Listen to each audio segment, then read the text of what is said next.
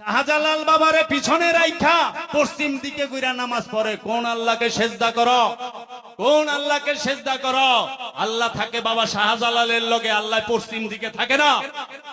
আল্লাহ বাবা শাহজালালের লগে আছে, আল্লাহ বাবা শাহপরানের লগে আছে। জুম্মার দিন গেছি আমি বাবা শাহপরানের রওজা মুবারকে, যায় দেখি পশ্চিম দিকে গুইরা বাবা শাহপরান রে পিছন দিয়া নামাজ পড়বার লইছে। কই এরা কারে সেজদা করে?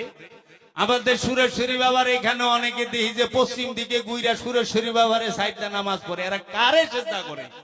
আল্লাহ কি পশ্চিম দিকে থাকে? আল্লাহ কইছে আমি মুমিনের অন্তরে থাকি, মুমিনের নফসের নিকটে থাকি। নাহানু আকরাবু ইলাইহি মিন হাবলিল ওয়ারিদ, আমরা তোমার জীবন রোগের নিকটে অবস্থান করি। আল্লাহ বলছে আমি নফসের মধ্যে রব রূপে উদ্ভাসিত হই। রব রূপে উদ্ভাসিত হয় পবিত্র নফসের নিকটে।